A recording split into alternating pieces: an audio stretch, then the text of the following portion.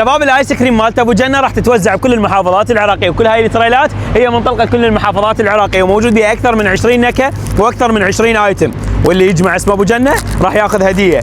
الله الله الله الله الله الله الله الله، بسم الله يا جماعه. النكهه مالتها عالميه والله. تعالوا خلينا نشوف وياكم خطوط الانتاج الخاصه هي بايس كريم ابو جنه. يلا ما سمحونا ندخل الخطوط الانتاج اللي نلبس الزي الخاص بهم. تعالوا خلينا نشوف الخطوط الانتاج من اول مرحله لحد اخر مرحله. اكثر شيء حبيته بداخل المعمل هو مطابق للمواصفات العالميه، يعني كل شيء سلستيل هو موجود بداخل المعمل، واحسن انواع الفستق هم يستخدمونه بداخل المعمل، واحسن انواع النستله هم يشتغلونها.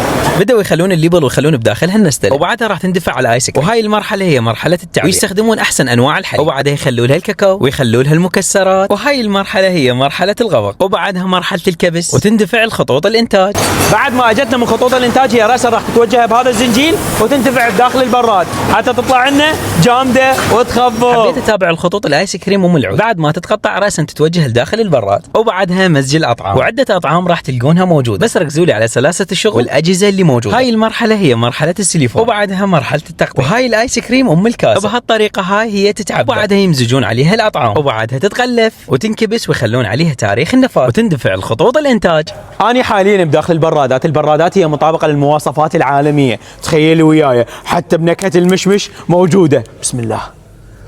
الايس كريم مالت ابو جنه عالميه يا جماعه. بديت وياكم من اول مرحله لحد اخر مرحله، وبي هدايا قيمه، بي سكوترات، بي بلايات، بي سيارات، بي تليفونات، بس خلوها ببالكم. ابو جنه يقول اي واحد يصور على الايس كريم مالتي والفيديو مسيء ويخالف القانون ويخالف عرفنا العشائري، هذا الفيديو مرفوض، ولو يجيب لي 100 مليون مشاهده كل شيء ما انطيه. عمي ابو جنه فعلا واحد عراق.